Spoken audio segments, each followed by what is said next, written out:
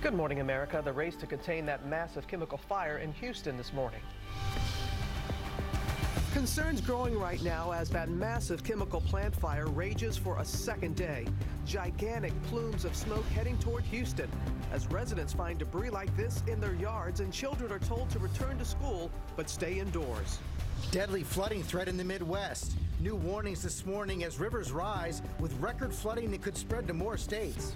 Overnight, Boeing CEO breaks his silence after those two deadly crashes. As officials now confirm clear similarities between them, our correspondent taking us live inside a 737 simulator this morning. What may have gone wrong? Spring break warning. An emergency meeting called in Miami this morning after scenes like this. Fights breaking out on the beach and two college football players robbed and shot. The teacher now under arrest accused of having a relationship with a teen. How his parents uncovered it using a phone app.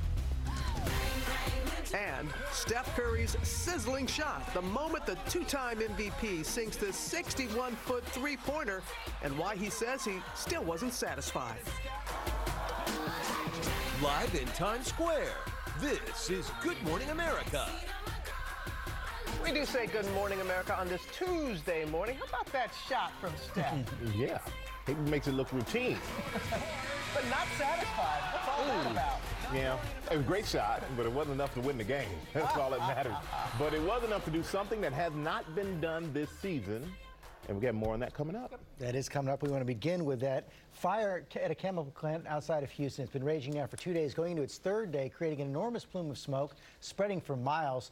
Firefighters are working hard to wrestle it under control. ABC's Marcy Gonzalez is in Deer Park, Texas with the latest. Good morning, Marcy.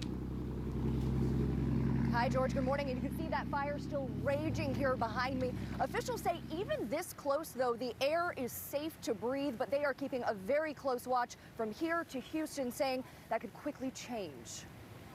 This morning, that thick cloud of black smoke hanging over Deer Park, Texas, as a raging fire burns out of control at this chemical plant. 3 of our tanks are still on fire, and 3 are intermittent fires. So they flare up and then they go down. 6 tanks now burning, filled with chemicals used to make gasoline, solvents, and glues. City officials closely monitoring conditions say testing shows the air is safe to breathe, but those who live nearby are concerned. Last night was really bad. Hard to breathe a little bit, but we just stayed inside. Some even finding debris from the fire in their yards. They look almost like a lump of charcoal. And while schools are set to reopen today, some environmentalists say the toxic chemicals streaming into the air could become a threat to people living in the area at any time. By looking behind me, you can tell that this is not normal. This is not fine. The only thing that's preventing this from being a major catastrophe is favorable weather conditions. And outdoor activities for schools near here are canceled as a precaution. Officials say they expect this massive fire to keep burning, saying it may not be out until tomorrow. Michael. Wow. All right. Thank you so much, Marcy. And now we're going to go to those new warnings about major flooding in the Midwest as more states are on alert for record flooding and more rain moves in. ABC's Gio Benitez in Nebraska with the latest. Good morning, Gio.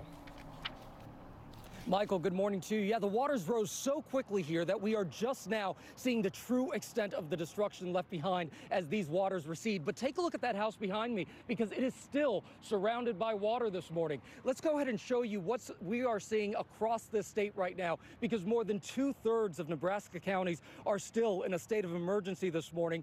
14 bridges have been destroyed and at least 3 people have died. Now, this all started because the ground was already frozen from record snow and cold.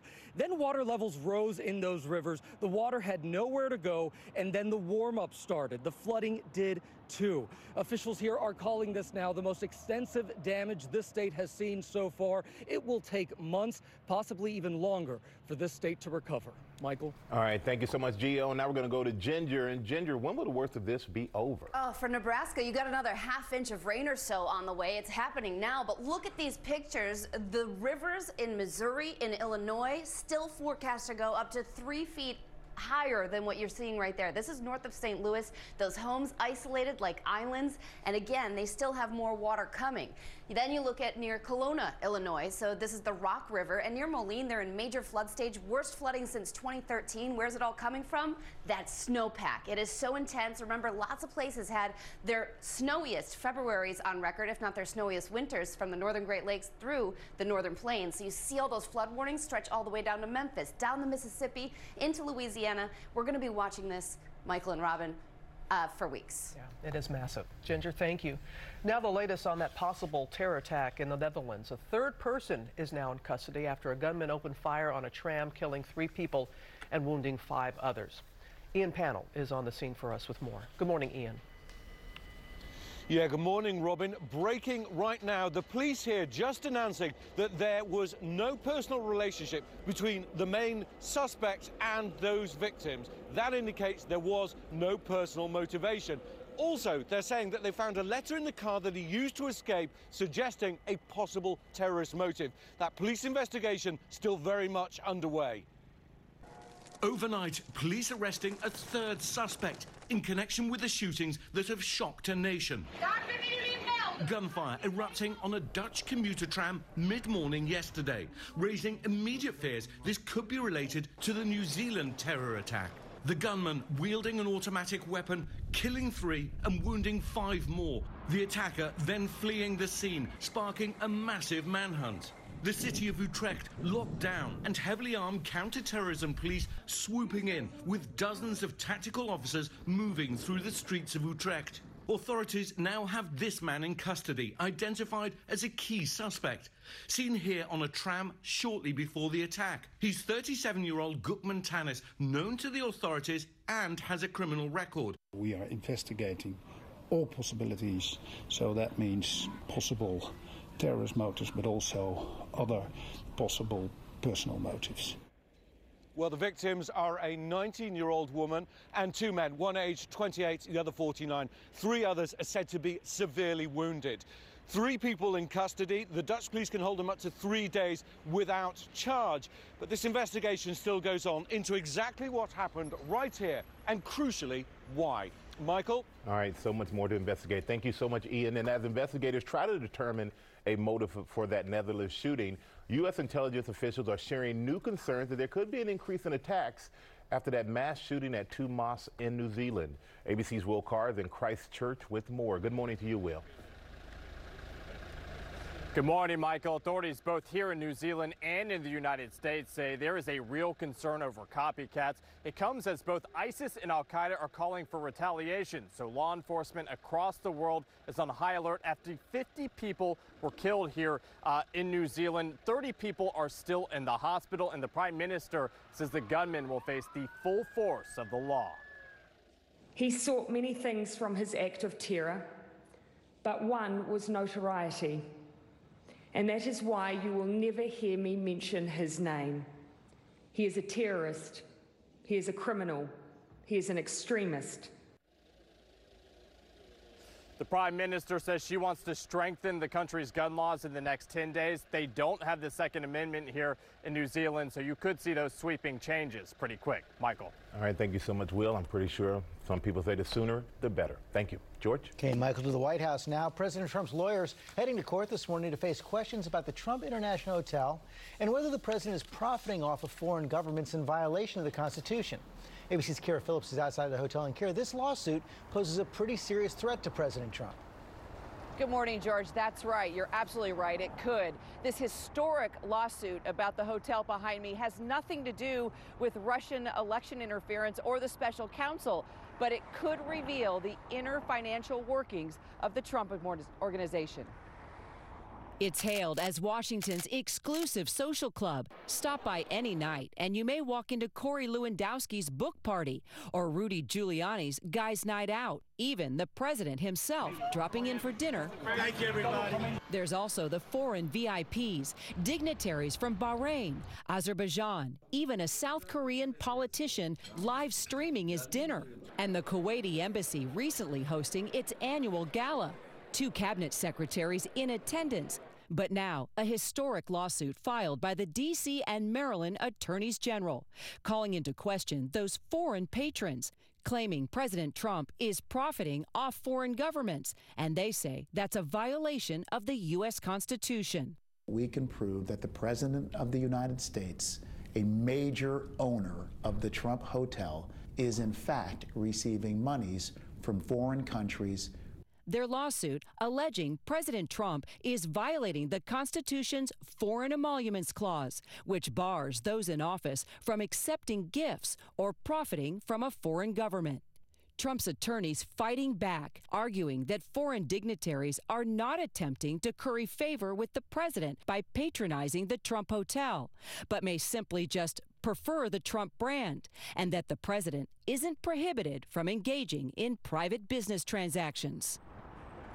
Now, George, the Trump Organization telling ABC News that they donated last year's profits from foreign governments to the U.S. Treasury. We're talking about $191,000. They also say we do not market to or solicit foreign government businesses. Trump's attorneys want to see the lawsuit dismissed, but prosecutors want the court to allow them to start gathering evidence. They've already issued dozens of subpoenas, George. Yeah, to answer those questions at the end. And this isn't the only place where the president's facing questions over this issue. Congress looking into it as well. Absolutely. Trump's potential financial conflicts of interest have also attracted the attention of the House Oversight and Judiciary Committees. It's a main focus, George, of those 81 letters sent to people and businesses connected to Donald Trump earlier this month. George? Okay, Kira, thanks very much. Michael? All right, thank you, George. And now that new alert about spring break dangers, that emergency meeting is getting underway in Miami Beach this morning after a series of fights broke out and 2 college football players were robbed and shot nearby. ABC's Victor Oquendo is in Miami Beach with the details. Good morning, Victor. Good morning, Michael. The mayor of Miami Beach has seen so many of those videos of those fights that broke out right here along Ocean Drive on Miami Beach. He calls the situation unacceptable, now calling for that emergency meeting to discuss safety concerns during spring break. This all-out melee on famed Ocean Drive, one of several brawls across Miami Beach in the days since spring break kicked off. This morning, police say they're cracking down to prevent the widespread violence and unrest from escalating. The city giving police an additional $700,000 this year so more officers can be on patrol, mostly for spring break. Even using infrared radar technology to keep an eye on growing crowds after dark. And I sent letters to somewhere around 300 or 400 college presidents across the United States, in addition to the presidents of every Greek fraternity or sorority. We're cracking down on quality of life offenses like drinking in public, smoking weed. And on Saturday, 2 college football players from Texas A&M Commerce were robbed and shot outside downtown Miami. Both Jay Bias and Xavier Morris in the hospital in stable condition. They were just in the wrong place at the wrong time. They had come in on a red eye to start spring break, and literally the first place they went was to the grocery store, and unfortunately didn't quite make it back. Police still gathering details on what led up to this shooting. Miami Beach police gearing up for yet another big weekend here. They prepare for about 6 weeks of spring break. Robin, it is far from over. It is. All right, Victor, thank you. Now to new fallout this morning from that college admissions scandal. USC is now cracking down on current and former students who may be involved in the alleged scheme. Our chief national correspondent, Matt Gutman, has more from Los Angeles. Good morning, Matt. Hey, good morning, Robin. Until now, USC said it would only take action against students involved in the application process. As you mentioned, they are now targeting students who are enrolled in the college. Now, it's right after spring break here at the USC campus, and this means that any student involved in that massive alleged bribery scheme by Rick Singer might not be able to re-enroll in classes in the spring semester. It also means they would not have access to their transcripts, which could affect their transfer to other schools. It also means it could affect their job applications in the future. Now, the most prominent faces in this category are Olivia Jade, the daughter, and her sister of Lori Loughlin, who is, of course, the star of the Full House series. Now, none of these kids face any legal consequences. All of them could face possible expulsion. And Matt, we're hearing that another parent has turned herself in? That's right, 11 days early. Now, that was in Boston in a court there. She and her husband are accused of spending $600,000 allegedly in bribes to try to get their kids into USC and UCLA. Now, she was released on $1 million bond, did not make a plea, but faces up to 20 years in prison if convicted. Robin. All right, Matt, thank you. This is far from over. Not even close yet. Okay, now to another Hollywood executive forced out in this Me Too moment. The head of Warner Brothers has stepped down amid an internal investigation into whether he promised movie roles to an actress with whom he was having a sexual relationship. Lindsay Davis has the details. A major fall for a media giant. Warner Brothers Studio CEO Kevin Tsujihara, who's led the company through lucrative films like Aquaman, A Star is Born, and the latest Lego movies, is now stepping aside after allegations of sexual misconduct. The 54-year-old studio chief was said to have been pushing for auditions for the woman he was alleged to be having an extramarital affair with, British-born actress and singer Charlotte Kirk. Kirk has appeared in small roles in hit movies like Ocean's 8. So is this your gallery? Yeah, one of them. Where are the others? Tsujihara, who is 54, initially denied the allegations, but then leaked texts to The Hollywood Reporter pointed to a sexual relationship. Tsujihara reportedly telling Kirk, "I need to be careful." And later, the actress reportedly writing, "You're very busy, I know, but when we were in that motel having sex, you said you would help me." Tsujihara's personal attorney has stated Mr. Tsujihara had no direct role in the hiring of this actress. In a letter announcing his resignation, Tsujihara wrote, "We have decided that it is in Warner Brothers' best interest that I step down as chairman and CEO." Kirk previously released her own statement saying, "I emphatically deny any inappropriate behavior," also adding, "Mr. Tsujihara never promised me anything." Warner Media released a statement saying in part the company continues to work with a third-party law firm to complete its investigation with Mr. Tsujihara's cooperation. Charlotte Kirk has released her own statement saying that she is deeply saddened to see Tsujihara step down. I think it's important to also make the distinction that Tsujihara does not face sexual harassment or any kind of misconduct issue here. There's a California law that basically forbids bosses from having sex with subordinates, even if it's consensual. That's what he faces. Do you have a law for that? Apparently so. Well, thank you, we find common sense. Learn, yeah. Right. You learn something new every day, though. There's the law for it, Robin. All right, thank you so much, Lindsay. We're going to go now to an incredible moment on the court from the one and only Steph Curry. Take a look at this. The two-time MVP might start out a little cold in the game last night against the Spurs, but this unbelievable buzzer beater at the end of the first quarter was straight fire. Yeah, 61-foot three-pointer from the opponent's three-point line is the farthest shot anyone has hit in the NBA this season, but it still doesn't break Curry's personal record of 62 feet back in the 2015 playoff. I don't know who's measuring you guys, About to say. But it wasn't enough for the Warriors. They still lost the game. The Spurs beat them 111-105. But I got to tell you, last time George and I played, he made that shot on routine. It was like nothing. Really, like nothing but the bottom of the net. He was like shooting. George was like this. Curry who? And he posed like that. About it's March Madness time. This morning, we now know the seedings for the women's tournament that were unfortunately accidentally leaked in advance. Some big twists. For the first time since 2006, perennial powerhouse UConn is not a #1 seed. The 11-time national champs entering the big dance as a #2 seed. So the #1 seeds are defending champion Notre Dame, last year's runner-up Mississippi State, Hail State, Baylor, which is the overall top #1 seed, and Louisville. Tennessee on the bubble, making the tournament for a record 38 straight times. years. Every single time they've made the tournament. That is incredible. Overnight, Boeing CEO spoke out after those two deadly crashes. We're going to tell you what he said that's raising some questions. Plus, we're going to take you inside a Boeing 737 simulator to show what may have gone wrong. That is ahead, but right now we want to go to Ginger. And I've got to get to the Tuesday trivia brought to you by Capital One. Minimums and fees, they seem to be the very foundation of your typical bank. Capital One is anything but typical. That's why we designed Capital One Cafes. You can get savings and checking accounts with no fees or minimums, and one of America's best savings rates. To top it off, you can open one from anywhere in 5 minutes. This isn't a typical bank. This is banking reimagined. What's in your wallet? Cold start out the door this morning, so you're going to need a warm jacket. But don't forget the sunglasses, because today, last day of the week with full sunshine, going up to 53 with those temperatures climbing out of the 20s and lower 30s. Tonight, cold, we're clear. Temperatures drop back to around freezing. Then tomorrow's high temperature will be closer to average, but with clouds increasing. Early day sunshine, late day clouds, and rain chances up now for your Thursday. From beginning to end, a chance also on Friday. We're just getting started. Be right back. Thanks for calling United Healthcare, Mrs. Murphy. Hi, I need help getting an appointment with my podiatrist. How's Wednesday at 2? I can't. Dog agility. Thursday at 10? Sorry. 不痛不渴. Tuesday at 11.